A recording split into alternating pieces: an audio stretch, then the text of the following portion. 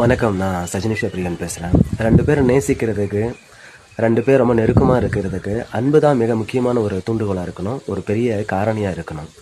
அதுதான் அவங்க 2 பேரையும் கட்டி வைக்கணும், சேர்த்து வைக்கணும், இணைச்சி வைக்கணும். அன்புக்கு எப்போதுமே ஒரு பெரிய ஒரு சக்தி இருக்குது, ஒரு மாபெரும் சக்தி.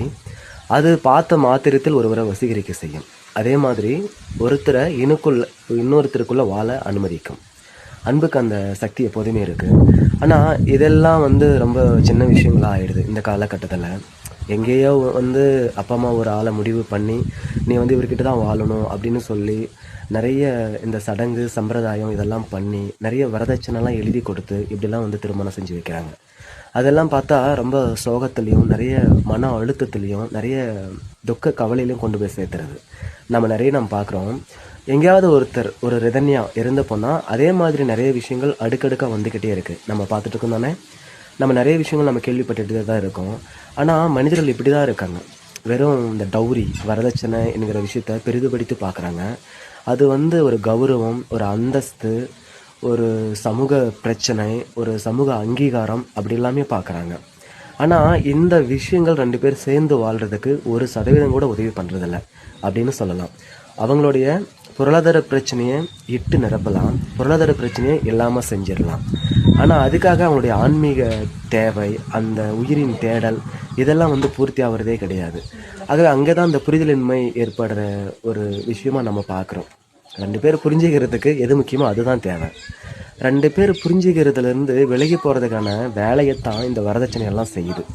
நீங்கள் ஒருத்தரை பிடிச்சிருக்கு, நேசிக்கிறீங்கன்னா அதுக்காக நேசிங்க. அது ரொம்ப அளப்பரியது, அது ஏற்றுக்கொள்ள வேண்டியது, அது ரொம்ப பரிபூர்ணமானது.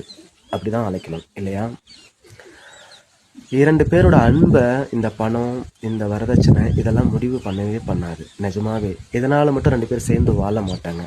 பல பேர் பல விதங்களில் ரொம்ப சிக்குண்டு நெருக்குண்டு ரொம்ப தனிமைப்பட்டு இருக்கிறதுக்கு இந்த மாதிரியான சடங்கு கௌரவம் அந்தஸ்தான் ஒரு காரணமாக இருக்குது. பலர் பணத்தினால வாழ்கிறாங்க, பலர் அதை மட்டுமே கட்டிக்கிட்டு வாழ முடியாதுன்னு முடிவு பண்ணி சந்தோஷமாக இருக்கிறாங்க.